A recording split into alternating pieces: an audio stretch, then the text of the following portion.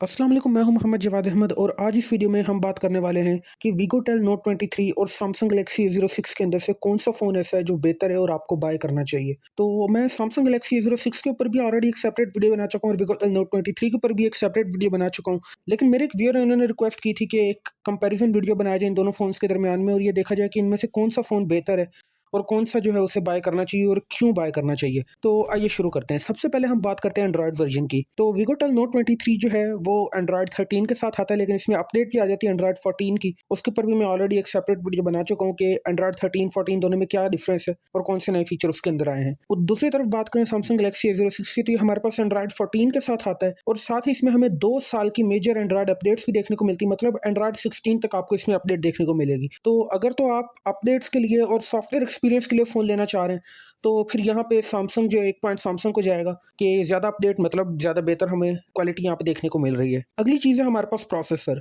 वीगोटेल note 23 में Helio G99 processor है, जबकि सैमसंग गैलेक्सी A06 में Helio G85 प्रोसेसर है। अब इन दोनों प्रोसेसर्स का डिफरेंस बहुत ही ऑब्वियस है, ये स्क्रीन के ऊपर आप इसकी डिटेल्स भी देख सकते हैं कि जो G99 है वो 10% फास्टर सीपीयू स्पीड देता है हमें और 2400 मेगाहर्ट्ज़ जो है हायर रैम स्पीड मिलती है, 2 टाइम्स फास्टर जो है डाउनलोड स्पीड मिलती है। 6 नैनोमीटर हमारे पास स्मॉलर सेमीकंडक्टर साइज़ है, जो G85 है हमारे पास वो 12 नैनोमीटर का है, जबकि G99 हमारे पास 6 नैनोमीटर का, तो ये इसको स्पीड को बहुत ज़्यादा इंक्रीज़ कर देता है। इसी तरह मेमोरी बैंडविड्थ और जीपीयू स्पीड, मतलब ओवरऑल जो है हम कह सकते हैं एक काफ़ी अच्छा खासा गैप आ जाता है G99 और G85 में। आप ओवरऑल पॉइंट्स के नीचे देख सकते हैं कि 53 पॉइंट्स हैं G85 के और 59 पॉइंट्स हैं G99 के। तो यहाँ पर ऑब्वियसली एक पॉइंट फिर हम वीगोटेल को देंगे। बात करते हैं रैम की, तो जो वीगोटेल है उसके अंदर हमें 8 जीबी रैम मिलती है, जबकि सैमसंग गैलेक्सी A06 के अंदर 6 जीबी रैम मिलती है। मैंने इसके अंदर वर्चुअल रैम को बिल्कुल इंक्लूड नहीं किया क्योंकि मैं उसे यूजुअली काउंट नहीं करता होता। जो फिजिकल रैम है वो दोनों की मैंने यहाँ पे काउंट की है। तो ऑब्वियसली जब हमारे पास ज़्यादा रैम है मतलब हम ज़्यादा ऐप्स बैकग्राउंड में ओपन रख सकते हैं, मल्टीटास्किंग हमारी बेहतर हो सकती है और अगर हम कम ऐप्स ओपन रखते हैं तो हमें स्पीड अच्छी देखने को मिलती है जब हम एक ऐप से दूसरे ऐप में स्विच करते हैं या जनरली हम अपना फ़ोन यूज़ कर रहे हैं तो यहाँ पर भी एक सीधी-सीधी जो विन है वो वीगोटेल की है, तो 1 पॉइंट हम वीगोटेल को देंगे। आगे बात करें स्टोरेज की, तो वीगोटेल में हमें 256 जीबी स्टोरेज देखने को मिलता है, जबकि सैमसंग के अंदर हमें 128 जीबी स्टोरेज देखने को मिलता है। तो ऑब्वियसली ज़्यादा स्टोरेज या ज़्यादा फाइल्स रख सकते हैं, तो यहाँ पर भी हम 1 पॉइंट वीगोटेल को देंगे।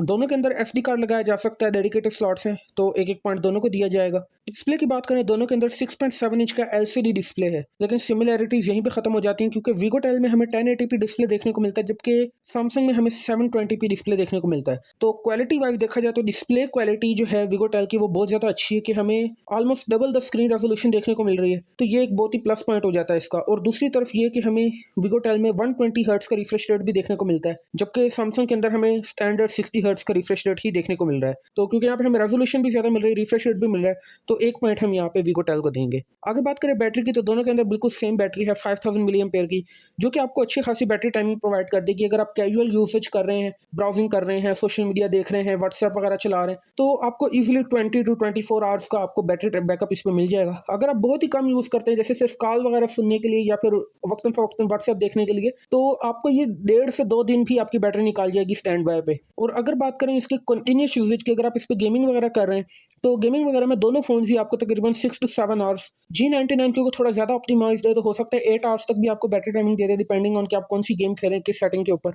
तो ये चीज़ें जो हैं आप मद्देनज़र रख सकते हैं। चार्जिंग की बात करें तो यहाँ पे सैमसंग जो है वो बाजी ले जाता है with 25 watts of fast charging compared to वीगोटेल, जिसमें हमें 18 वाट की फास्ट चार्जिंग देखने को मिलती है। अभी वीगोटेल का फ़ोन जो मैं यूज़ कर रहा हूँ, ये 1 से 1.5 घंटे के अंदर मैक्सिमम से मैक्सिमम 1 सवा घंटे के अंदर फ़ोन को 0 से 100% तक चार्ज कर देता है। तो अगर हम 25 वाट्स को इसी चीज़ से अंदाज़ा लगाएं, तो less than 1 hour to 1 hour के दरमियान आपका जो फ़ोन है वो फुल चार्ज हो जाएगा। तो यहाँ पे एक सीधी-सीधी विन हम सैमसंग को देंगे, 1 पॉइंट फॉर सैमसंग। आगे बात करते हैं कैमरा की, तो दोनों के अंदर हमारे बैक पे 50 मेगापिक्सल का कैमरा देखने को मिल जाता है, लेकिन फ्रंट के ऊपर जहाँ सैमसंग में 8 मेगापिक्सल का कैमरा है, वहीं हमें वीगोटेल में 16 मेगापिक्सल का कैमरा देखने को मिल जाता है। अगर आप मेरी वीडियोस देखते रहते हैं तो आपको इस चीज़ का अंदाज़ा होगा कि मैं आपको हर बार ये कहता हूँ कि सिर्फ मेगापिक्सल काउंट जो है वो हमें नहीं बताता कि कैमरा कितना अच्छा है या कितना बुरा है।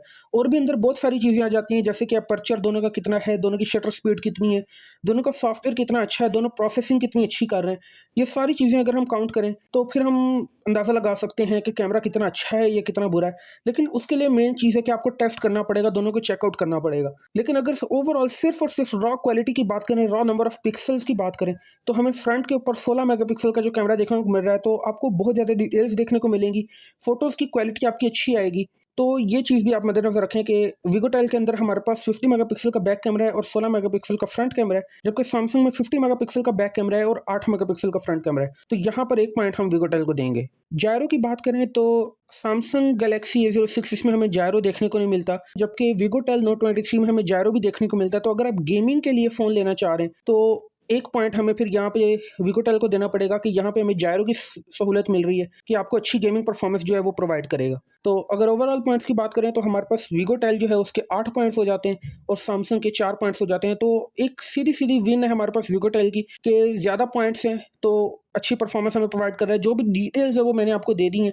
अगर तो आप सैमसंग का फ़ोन लेना चाहते हैं कि एंड्रॉयड अपडेट्स के लिए और आपको फ़र्क नहीं पड़ता कि स्टोरेज ज़्यादा है या परफॉर्मेंस थोड़ी-सी ज़्यादा है, अगर ये चीज़ें आपके लिए मैटर नहीं करती, तो आप बिल्कुल सैमसंग को कंसिडर कर सकते हैं, क्योंकि सैमसंग एक ब्रांडेड कंपनी है। आपको एक पीस ऑफ माइंड होता है कि आपने एक अच्छा फ़ोन खरीदा है और आप उसको रिपेयर सेंटर्स भी हैं सैमसंग के, तो आप ईज़िली एक्सेसिबल हैं, जहाँ पे जाके आप उसको रिपेयर करवा सकते हैं अगर कोई प्रॉब्लम आ जाती है, और फिर इसकी रीसेल वैल्यू भी थोड़ी अच्छी होती है। तो अगर आप उस नीयत से ले रहे हैं कि आपने ज़्यादा देर यूज़ करना है, तो फिर सैमसंग आपके लिए एक अच्छी चॉइस साबित हो सकती है। वैसे मैं जो है पर्सनली वो वीगोटेल ही रिकमेंड करूँगा, क्योंकि जो भी फ़ोन्स हम ले रहे हैं 30,000 या 40,000 की रेंज से नीचे-नीचे, ये ज़्यादा से ज़्यादा 3-4 साल मैक्सिमम चलते हैं, उसके बाद आपको फ़ोन अपग्रेड करना ही पड़ता है। फैसला आपके ऊपर है। मैंने आपको दोनों के डिफरेंसेस बता दिए हैं कि आप इनमें से कौन-सा फ़ोन लेना पसंद करेंगे। आप इस बारे में क्या कहते हैं? आपकी क्या राय है? वो मुझे कमेंट करके लाज़मी बताएँ। मैं मिलता हूँ आपसे अगली वीडियो में। अस्सलाम वालेकुम।